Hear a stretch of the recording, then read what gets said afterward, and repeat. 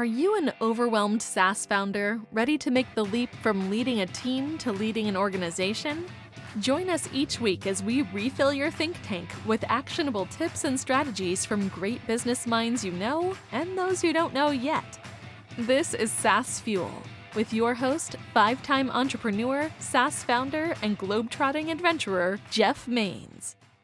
Welcome back to the SaaS Fuel podcast, where the future of enterprise development tools is AI-powered, cloud-native, and fully capable of doing everything, explaining why production just broke. I don't know if any of you have ever experienced that. Well, I'm your host, Jeff Maines. I hope B2B SaaS founders like you grow from traction to scale. Here, growth is more than just numbers. It's about crafting a future-proof company, premium valuation, and leaders who build a business of significance while living epic, adventurous lives. What happens when building software no longer requires writing much code at all? We're getting there. As AI quietly rewires how products get created, the real shift isn't just speed, it's who gets to build, what gets reused, and where real leverage lives inside your organization. In this episode, we explore how AI is turning non-technical team members into capable builders, even people like me, able to describe what they need in plain language and assemble solutions from existing components. That sounds empowering until you realize that most teams can't even find the components they already have. We'll dig into the hidden cost of poor discoverability, why internal libraries often go unused, and how that friction silently slows down even a high-performing team. You'll also hear a more grounded take on the AI is taking jobs narrative, why the future of development isn't fewer developers, but developers focused on higher order thinking, while AI handles the repetitive grind. Conversation reframes scalability around delivering more business value with less custom code and shows how AI powered prototyping changes the build versus buy decision entirely. If you're leading product engineering or a growing company that wants to move faster without creating chaos, this episode offers a clear-eyed look at how AI, composability, and smarter collaboration are reshaping what it really means to build software today. Let's dive in. Our founder on Tuesday was Chris Carter, founder of Aproyo. He shared nearly 3 decades of hard-earned insight from inside the SAP ecosystem. He walked us through the realities of leading large-scale SAP transformations, why depth beats breadth in enterprise services, and how teams, not tools, often determine success or failure. From S/4HANA migrations to leadership evolution, Chris delivered a grounded perspective on modernizing enterprise systems without breaking the people behind them. And our expert guest last week, kicking off the new year, was Leslie Shreve, founder and CEO of Productive Day. She helped listeners confront the hidden productivity killer she calls gray work. Really, really good stuff. She reframed productivity as workload management, not time management, and that's a key distinction. And she also shared practical tools like Atomic Task and the Fast Action Formula to help leaders reclaim hours every day, reduce stress, and make consistent progress without complicated systems. If you missed either episode, go back and check them out, especially the first one of the year. Absolute gold. It's a great way to start out January. My guest today is Luv Kapur, a technology leader shaping the future of enterprise development tooling at Bit.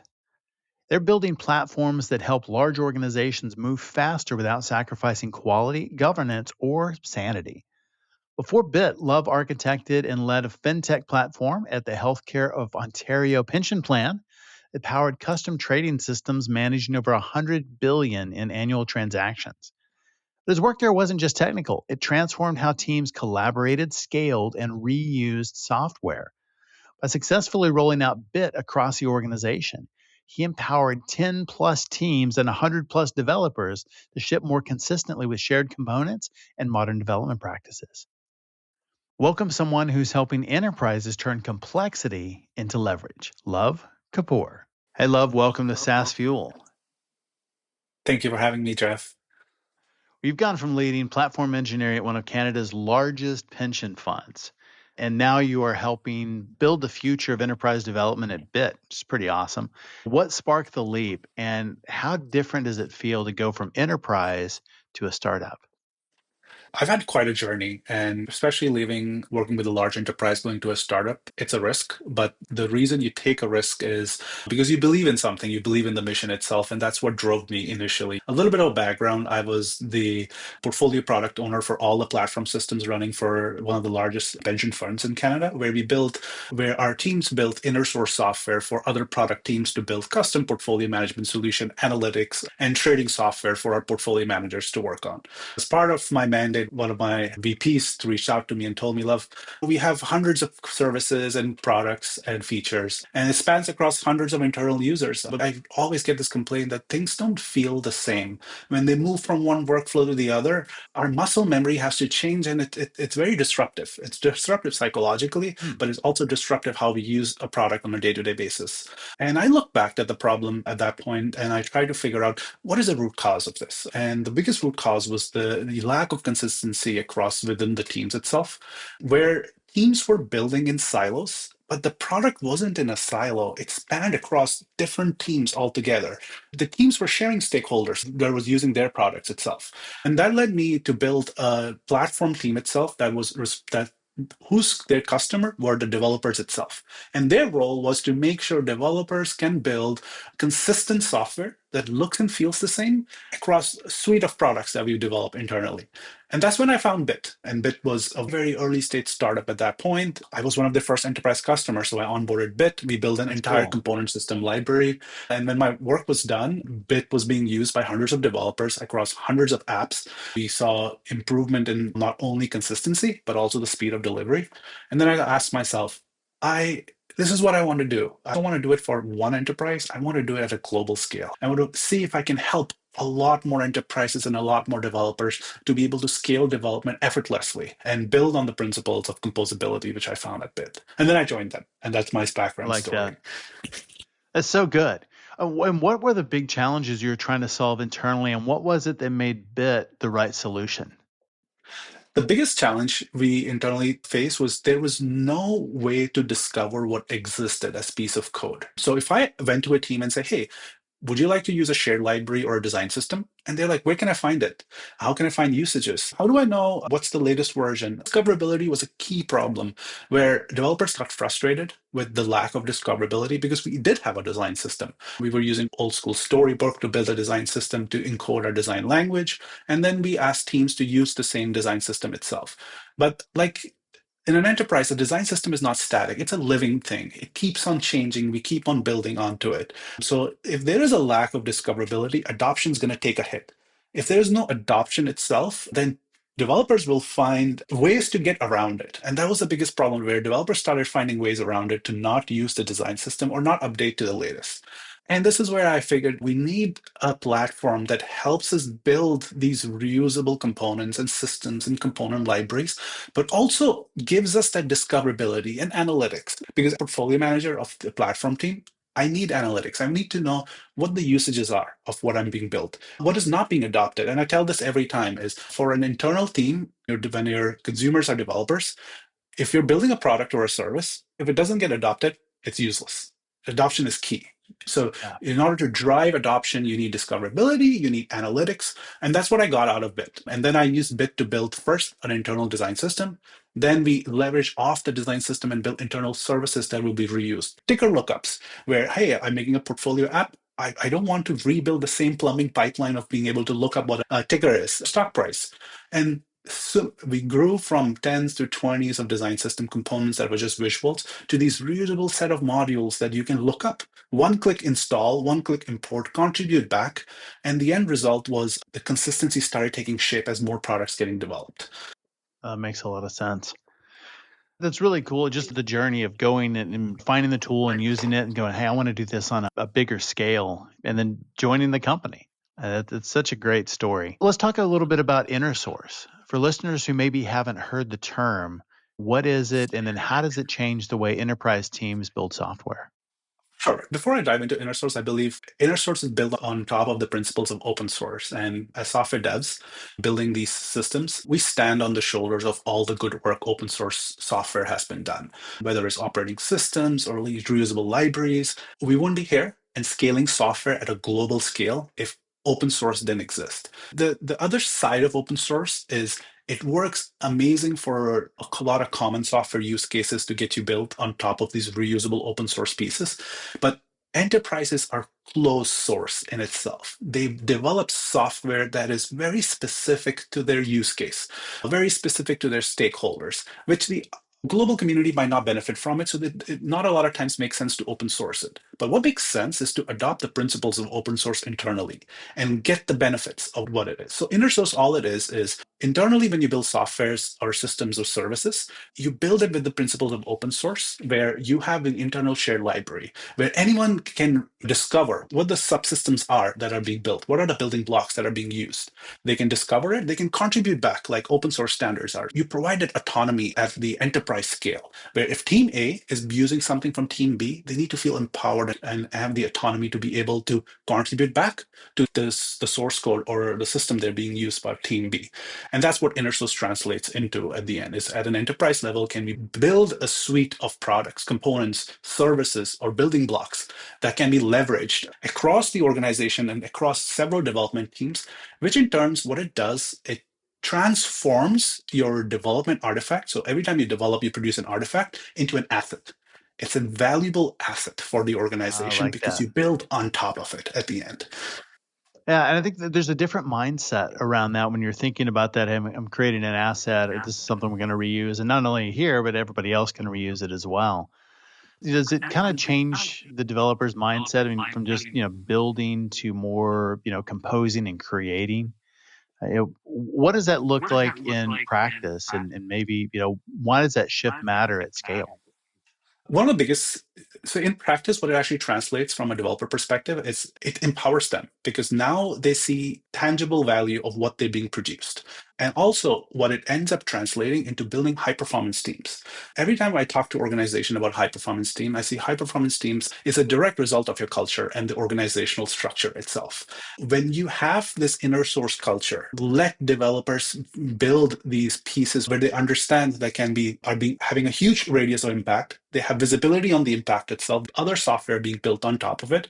Now you're building this culture of high performance where developers have autonomy. Developers feel they can impact more than within their teams itself. It helps in their career growth, specifically for a developer's perspective, because a lot of times I hear complaints when I talk to enterprises about this, especially growing technical teams, is developers within a specific team feel that they're not growing or they want to have a Right. bigger impact, and then they're looking at their professional career and they're looking at the trajectory where it's going, and they want to grow as individuals and contribute back.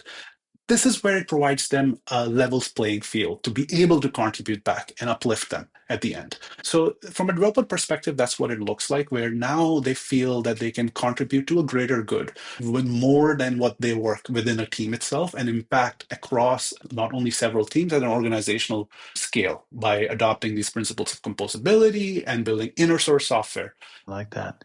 And it definitely does happen where you have development teams, even especially as you grow, that they're in silos. And it could be product based, it could be like solution, could be stage, it could be, I mean, any number of things. What would be maybe some advice that you would give to a VP of engineering or a CTO that's trying to break down those silos and create that kind of commonality to build an internal culture of component reuse and sharing and working together? The best advice I would say is don't look at your organizational chart as a hierarchical chart. Look at it as a dependency graph, where Mm, each team is part of a larger dependency graph where either they depend on something or someone is dependent on them to produce something. Once you change the bird's eye view of how you look at an organization from a top-down hierarchical graph to a dependency graph, then you start viewing things completely different because now you don't look at team structures and organizations, you look at who do I depend on? What someone depends on me? What capabilities a team, a dependency is being produced? How does that capability depend on top of it and build an organizational level, whether it's the OKRs they get mapped to, which are larger organization initiatives?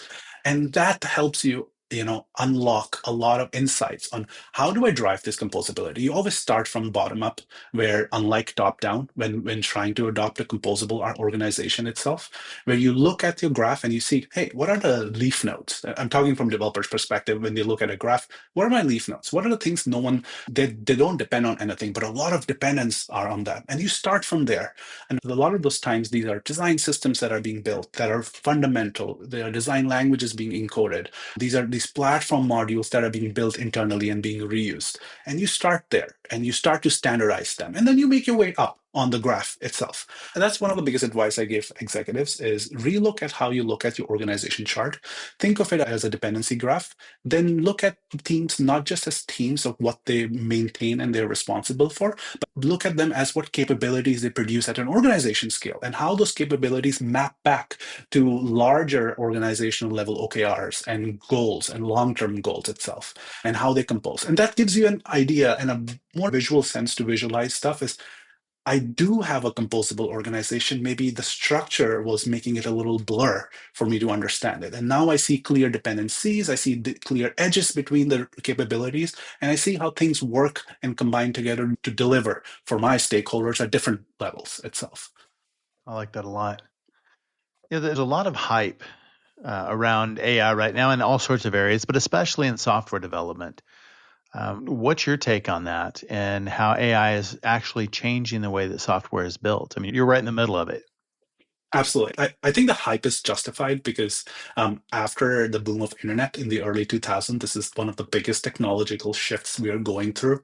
And to be part of it is absolutely surreal. I talk to my coworkers and I tell them I'm so glad I was born at the right time, in the right place to be able to witness this and go through this. But the other side of hype is things that get overhyped and amplified might not be the most productive way out, the results from this itself. And one of the things we see from the hype of AI and LLM is code generation has been under this massive magnifying glass by every AI company where everyone wants to speed up generation. But then you ask yourself, and if you ask someone very technical, is the bottleneck to scale software is the amount of hands you have? If I give you 10 hands, will you be writing software faster? Not really. It doesn't work like that. Is the bottleneck really the amount of code we write? Because that's what you see. You see, when you see LLM agents, Copilot, they're all optimizing for how quickly you can generate software, how much code you can write faster. If a developer writes 500 lines of code, my agent can just spin it up in 5 seconds. But that's not the bottleneck itself. The bottleneck is how quickly I can translate a business requirement into a software architecture and then deliver that software architecture itself. And this is where we think focus from AIs will shift from not just focusing on being able to generate large amounts of code, but being able to translate a lot of business requirements into a sound software architecture and then translate them into these building blocks that can be leveraged and built upon, which will result in a lot of increased velocity over iterations. Where if you build product A, product B should take 20%, 40% of the time it took because you're reusing everything that has built on top of it. Not only Yeah. that, your agents have now this larger context of knowing at an organizational scale is what exists. If you're asking me to build a dashboard, can I look into my existing assets, artifacts that have been produced, and compose them at a smarter scale, deliver that instead? And if I can do that, then I'm doing less work. And this is what we want. We want AI to help us do less work, not more work at that point. I don't want to write a large amount of codes. I want to write less code. And I want to deliver the same at the same point. What it translates to the other side is fear part of AI, which we see a lot where developers will lose their jobs and AI will automate everything. That's not going to happen. That only happens if it's a zero-sum game where there is a finite amount of work that exists Right. in the world. There's not a finite amount of work that exists. If you go to a large-scale enterprise, the reason we are doing X amount of work is because that's what's feasible to do. If I can do, twice the amount of work itself, and this is not talking about writing twice the amount of code, it's about twice the amount of business value being delivered, that means more work exists, then more people will be needed. So this is where this is how I counter the fear aspect of AI is we do not have a finite amount of work, we have an infinite amount of work. We are discovering the more work we can do. AI will Right. only uplift the best technical talent to focus on larger problems while taking care of the other stuff where they don't need to spend their time and energy on. Makes a lot of sense. I think that's a very unique take on AI. It's not about using AI just to write more code, but actually composing, better software with less code. I think that's absolutely brilliant. And then reusing it. And I think when you do that, you also have a lot more consistency in what you're building because the agents that are building that can look at the ecosystem. They can see what's built. They can see the components are there, and they're not reinventing the wheel every time. They're using the things that are there. And so it kind of going back to your initial um, conversation at the pension fund is you have all these systems they all work differently, they all look differently, the muscle memory is different, and this really brings you into that kind of a holistic build in that everything looks the same because it's kind of all built with the same tools because you're reusing those assets. Absolutely. And this also translates into a high quality software because you're using these building blocks that have been tested in production. They have been being Yeah. used by other services that are that already battle tested. But imagine the other scenario where you have a swarm of agents writing new code all the time. The surface area for producing a lot of issues and errors increases the amount of code you write. Oh yes, it does. The surface area for producing a lot of issues decreases if you just reuse the stuff that's battle tested in production already. You will see a tremendous increase in the quality of the code itself that gets produced and the systems that we built from it. I like that a lot. The bottleneck, it seems like, I mean, it's not writing code, but AI is not going to replace us because I think the most important thing is knowing what to build and then how to do it. How does AI assist us in that decision layer? Because it definitely requires a human today, and I kind of see that going forward as well. The biggest bottleneck right now that AIs have is their context getting clogged. The more Mm. information you put into a context of an AI, the more it hallucinates. What you don't want is to dump 100,000 lines of source code to the AI's context. What you want the AI to look at is the way we look at composability, especially a bit right now, is let AI view everything as a graph. Don't go into the nitty gritty details of it. Reduce the amount of context AI has. All AI needs to know is what the dependencies within the code looks like. Because when you write code, there are two things. Either you depend on something, you import, whether it's open source libraries or Yep. existing code, or what you produce gets being dependent on someone else because someone else will reference it. What you reference then has an API. And if you build API first, you actually don't care about the implementation details much. I don't care if I write a specific way in how a program works. What I care about is how it works and what API it exposes for me to tap into. When I put these two pieces together, a dependency graph of everything that exists within a code base and the API itself of what it is, you've reduced the amount of context first the AI has, but you give it relevant context to make larger decision across spanning code bases, to be able to figure out what to use, what not to use. This is where will happen. This is what I believe will happen is with larger, as AI gets matures and organization adopt it, they will realize that they're sitting on a gold mine internally because data is the most valuable thing for any organization right now. Because the thing that makes AI very valuable is be able to make these intelligent insights of the data itself. It's being trained on a lot of generic data across the world. That is good for a lot of common use cases itself. But at an enterprise level, your private data is the most important thing. So if there is an intelligent way for you to embed it and let your AI use all the valuable data and the assets, whether it's the code artifacts or the other services you have or the documentation you have, and then help you. Now the enterprises are really leveraging the AI to help them ship intelligently and faster itself. That's so good. A very different way of thinking about it than just out some code. But this is much better in really thinking about it holistically. I'd never really thought about not feeding AI too much context, that's going to cause Mm, problems instead of yes. help it be better. Yes, it's the easy way out a lot of times where you want something out and you're like, I'm going to give you everything I know about it. Well, that will help me. It works at a smaller scale. As you scale, it starts to hurt you back. At the end, AI, LLMs are all probabilistic machines. And the more context it has, the probabilistic machine will make more issues, have more hallucinations, and then you see the result in the output it gives you. Oh, that makes a lot of sense. I like that, really thinking about the dependencies. What does it need to know? What are the non negotiables here? And Yes, then lots of freedom inside of that. absolutely. Yeah. Well, you talked about the rise of citizen developers, non engineers, project managers, analysts. People like me, marketing crazies, who can now build software. And what does that mean for team structures and velocity inside big companies? I believe this will be one of the biggest benefits coming out of AI because we went through a period where no code tools were hype, where everyone was like, oh, I don't need to use code to write software. But if you take a step back and you see why no code tools hyped up, is because there is this class of people internally that have excellent context about what they deliver for an organization as a business value. They understand the processes, they understand a lot of workflows, but they lack the technical skills to be able to build on top of that knowledge itself. And that led to the rise of citizen developers. We had a specific citizen development program at the pension fund I worked at, where we had these extremely intelligent analysts and portfolio managers that understood the market very intricately. And they also understood the data that was coming up.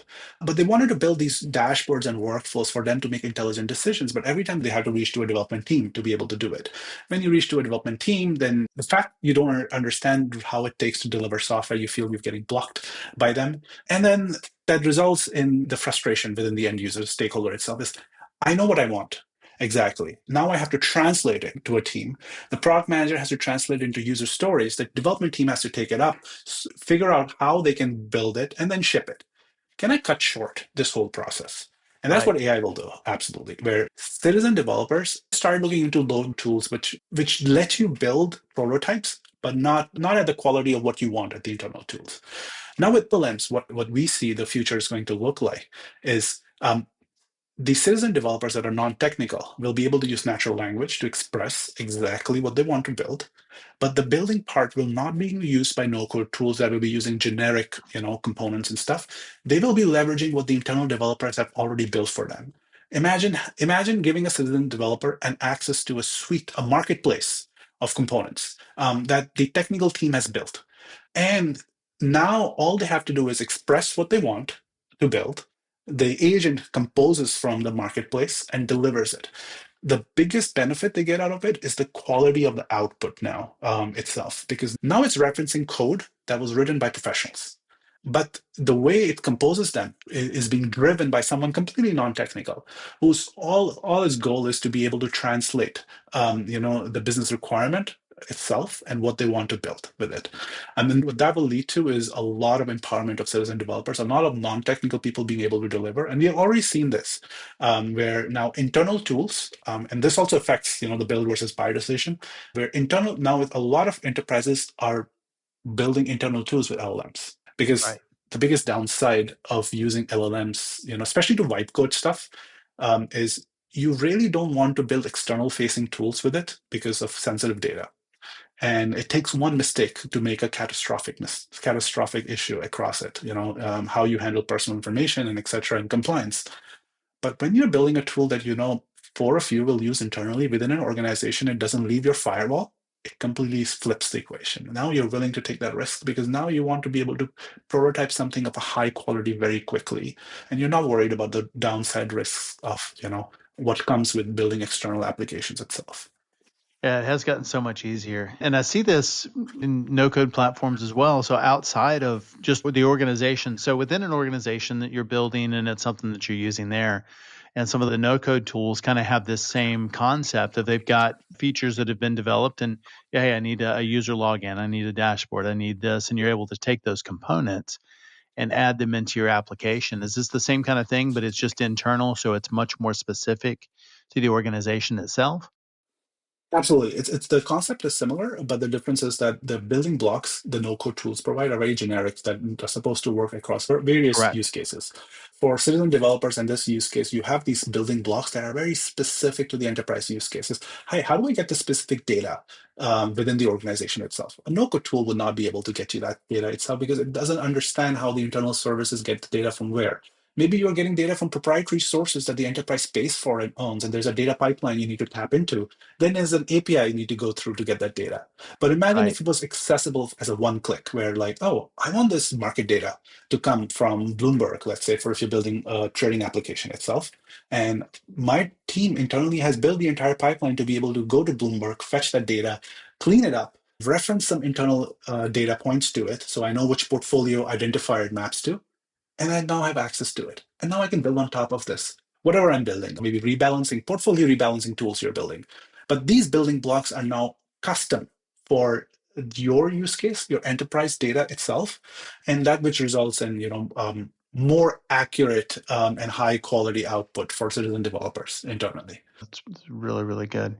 I think you mentioned build versus buy. And that is definitely a scenario that traditionally companies have fought with this for a long time.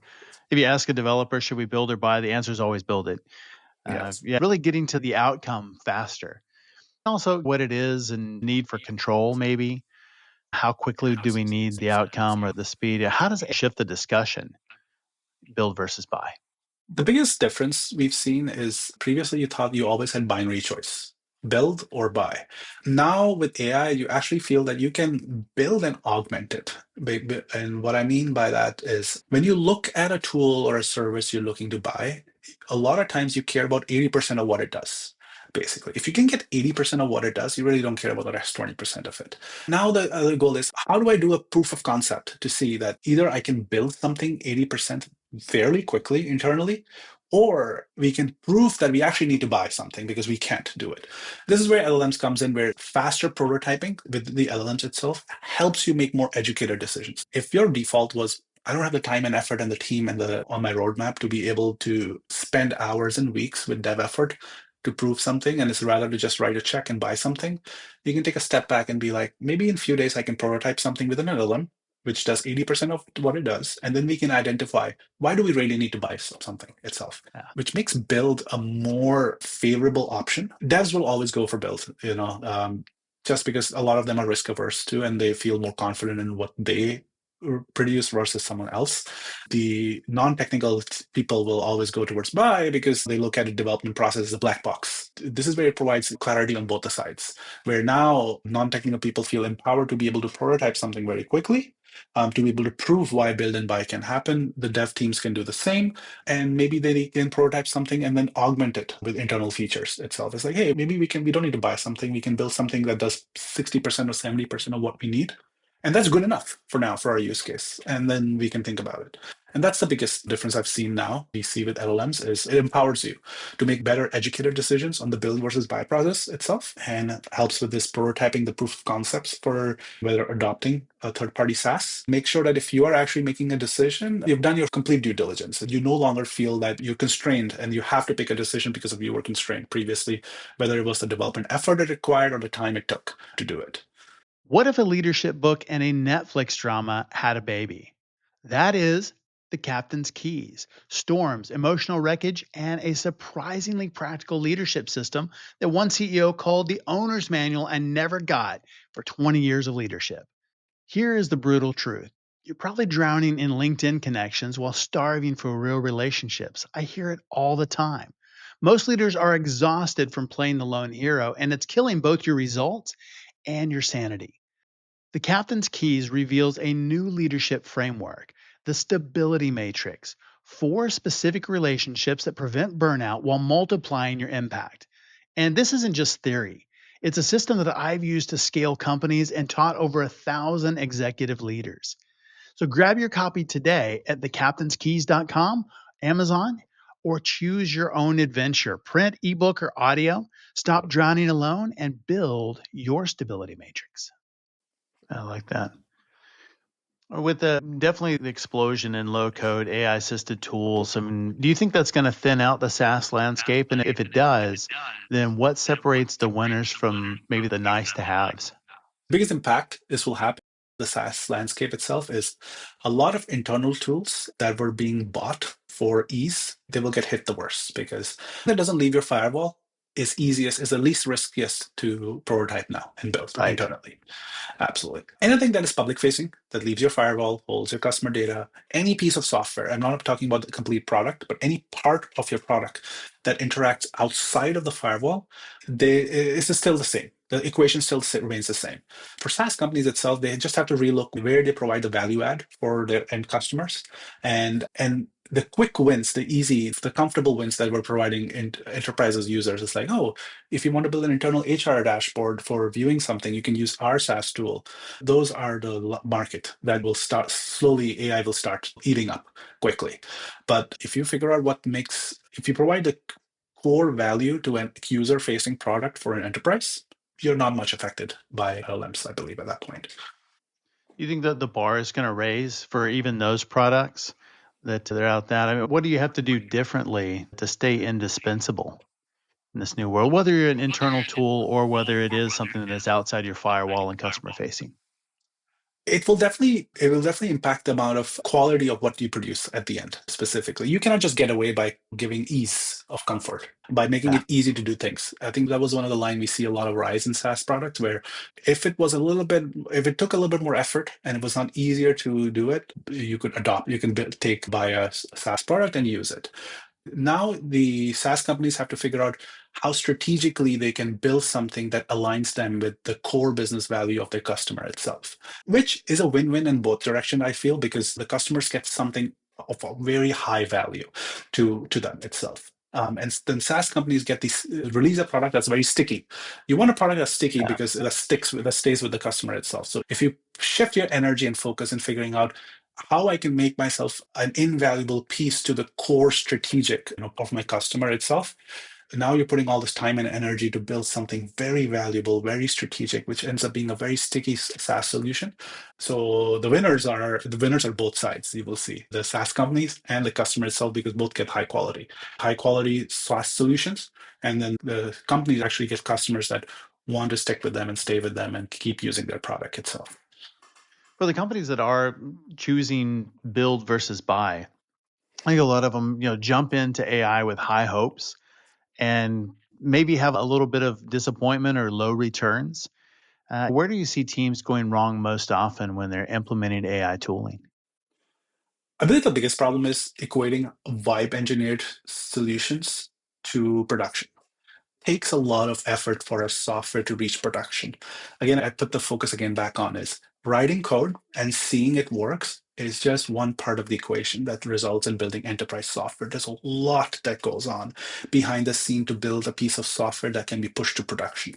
And this is where teams are jumping very quickly to adopt a lot of these vibe coding tools and build using these vibe coding tools. Have to take a step back and ask and take a view of what actually entails to reach a product to production itself. There's compliance. Is your software SOC 2 verified? Is your process compliant itself? What kind of customer data you're using? How do you handle sensitive information? Do you have analytics, metrics baked into it? What happens if things go off? How quickly your developer can go in and fix stuff? How easy it is to maintain? Because the other side of it is once you build something, you don't forget about it. Software is a living thing in itself. Right. There are updates, there are changes you need to keep up. The dependency changes, you have to make sure you don't get impacted.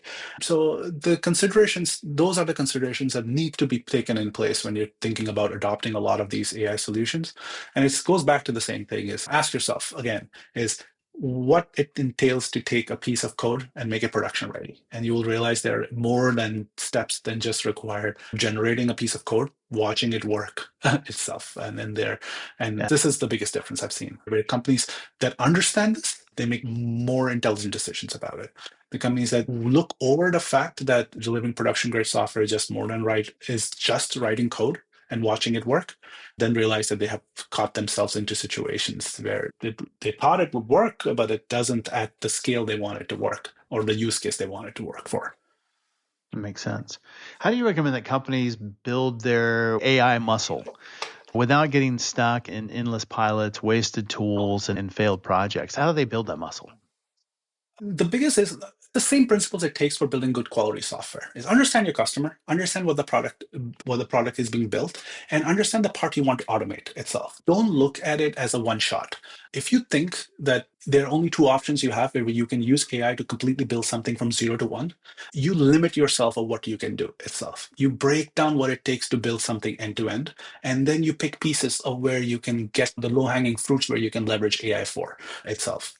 This is the biggest difference. It's the mindset itself, where if you have a deep understanding of what your customer is, what the product you build, and what it entails to build that product itself, look at it through those pieces and use Mm. AI at those strategic low-hanging fruits that can give you a speed up. For a lot of technical people, myself and others, I would never want to use AI to build a software from 0 to 1 completely. What I do want AI to do is take me to 70%, take me to 60%, give me a scaffolding that is good enough so I'm not wasting my time and energy on stuff I really don't want to work on. I don't want to create a brand new project scaffold. I don't want to work on stuff. You take me to a 60% stage and then let me have control over it. So a lot of companies that are looking to adopt AI and leverage it, you need to make sure you understand what it entails to build a product, and don't look at AI as a magic tool where it can give it a description, it will build everything end to end, and then you take it and you ship it and your customers are happy, and that's all it took. This will not happen right now. Yeah. Yeah. You remind yourself, right, the large language models you're interacting with are probabilistic in nature. That means if you give it the same query twice, it's not going to give you the same output. It should make you question the output itself, because now you're working with probability. And it's great when probability goes in your favor and you get good quality stuff, but then you're dealing with chance. How much risk are you willing to take when you deal with this? So you minimize this risk. And the way you minimize this risk is making sure you have clear scoped goals when what you give for AI, not vague, larger initiatives where you want AI to just do its magical stuff and give you everything you want at the end. Yeah. So do you think we ever get to that point? I mean, what does the future of enterprise software development look like? We'll say 5 years, which is an eternity. Are we going to see fewer engineers, more engineers, different kinds of engineers? And what does the future look like?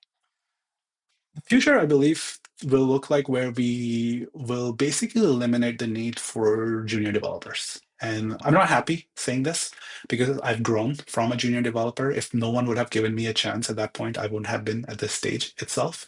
But that's the other side of the reality of AI is the skill level will increase. The base skill level required to enter into the industry will increase because now you can do a lot with less, and which translates into who I want to hire. The other side of this is highly technical people, seasoned devs, will become very valuable because even 5 years down the line, I don't expect autonomous agents to be ruling enterprise. You will Yeah, still need human oversight. And what kind of oversight do you need for a tool that's highly intelligent? Highly intelligent, seasoned developers who have seen things and built stuff sure. around. Absolutely. They can guide the agents, they can work with the agents to make sure they produce the kind of output you're looking for. So that's what I see is the base ceiling for skill level for software developers will rise. It will end up increasing the demand for highly skilled individuals. And what we will see is a lot of software work being done. Industries that were not being touched by software will now be touched by software. That means a lot more opportunities will rise. What that also entails is a larger market cap for SaaS companies to tap into. Because if there were X amount of companies that were using software to whether modernize or automate a lot of stuff, you have either you have increased the surface area amount of companies that you're going to touch itself. So, in short, a lot of money to be made for a lot of software companies in the future. Very harder for junior developers to get into the market, so the skill ceiling will be very high, and a lot more work internally. Enterprises will be able to do a lot more automation internally itself. Makes a lot of sense. I'm curious though, if there's not a need for junior developers, how do juniors become seniors? I mean, what does that growth path or the career path look like if there aren't any big opportunities for juniors to develop that? Definition of junior changes, where you will need to use LLM to upskill yourself first. And that's the best part is because you have these highly intelligent models that can actually help you quickly upskill yourself. For Okay. developers like myself, when they were junior, there was so much knowledge around, but tapping into the knowledge was a bottleneck. You could do Google searches, you can go Stack Overflow, but that was the bottleneck for us to tap into this. Now it's a commodity. Is the way I look at it. Is knowledge is now a commodity for everyone. It depends on what you do with it. There's still open source tools. I think the best thing for junior devs listening to this and thinking about their future is to start contributing to open source. And start Mm. making contributions that show a more visible impact of what you can do. And it's fairly easy now with LLMs to be able to do it because you have knowledge as a commodity. You can understand a lot of complex things very easily. You can identify where you can contribute, and that will help you upskill yourself very quickly. So 10 years down the line, you were a junior dev. All you knew about was CS fundamentals about algorithms or operating systems, and you had a very good chance to be able to get a very good internship and be a junior dev and grow. The ceiling changes from where not just knowing fundamentals is not good enough. What have you built? What have you contributed to? These are the things that will matter too. And these are the things that will set apart. So the definition of a junior slightly changes in terms of what it entails to be one. Not having industry experiences, I think it will still be fine. What will matter more is what have you built and what have you contributed to at the end. I like that. Well, with looking at this new world, maybe what's one overlooked capability or mindset every software leader should be developing now to be ready for that future?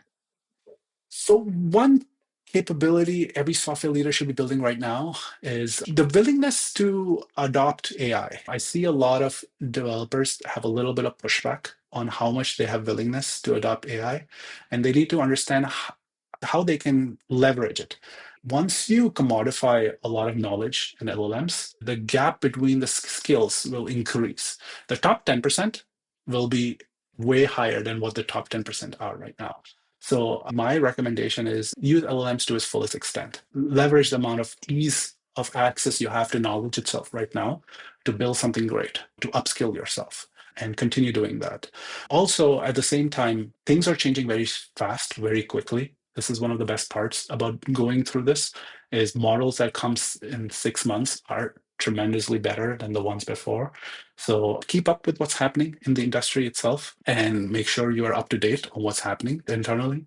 And again, figure out a way to how you can leverage it, whether it's either upskilling yourself or internally integrating it, what you see, what's happening in the market, and enjoy the ride. This is one of the most exciting times that we are going through. And I firmly believe this will benefit everyone, especially at a larger scale. It will be of a greater good for us. Outstanding. Where can people learn more about you and about Bit online? So you can reach out to me. You can on LinkedIn. I'm Luv Kapur on LinkedIn. For bit.dev is our open source website, which we have all documentation on. Bit.cloud, if you're interested in the enterprise solution we built, or if you just want to shoot me an email, you can reach out to me at love@bit.dev. Happy to reach out and talk to anyone. Outstanding. Love, it's been a great conversation. Thanks for being on SaaS Fuel. Thank you so much. Thank you for having me, Jeff. It's been great. Thanks again, Love, for coming on the show and sharing your insights and resources. You can learn more about Love and Bit at bit.dev. As always, all links, highlights, resources, and full show notes are available at saasfuel.com. And be sure to check us out on YouTube as well. It's at Champion Leadership. We have full video episodes for you over there, outtakes, trainings, shorts, lots of things for you. Thought leaders share. Share this episode with someone who's quietly running experiments while everyone else is still debating frameworks. Love people like that. They just go and they tinker and they get stuff done. While everybody's trying to make a decision, they find a way that works and like, how about this? Pretty awesome. Well, everyone who shares this week gets a beta invite to Reality 2.0. Now with fewer hot takes, faster feedback loops, and a big red button labeled Just Ship It. What really goes into growing a podcast and turning that into a meaningful business?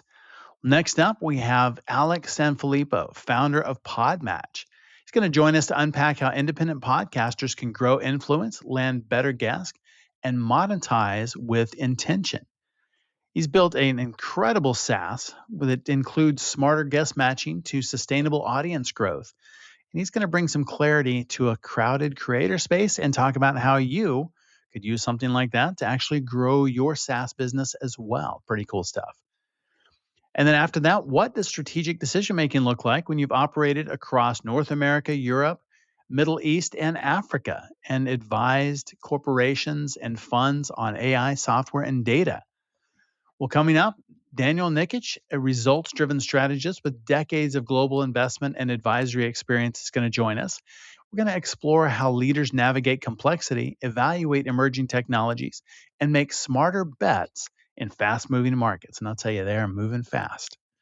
I'll see you next time. As always, enjoy the journey. Thanks for listening to SaaS Fuel.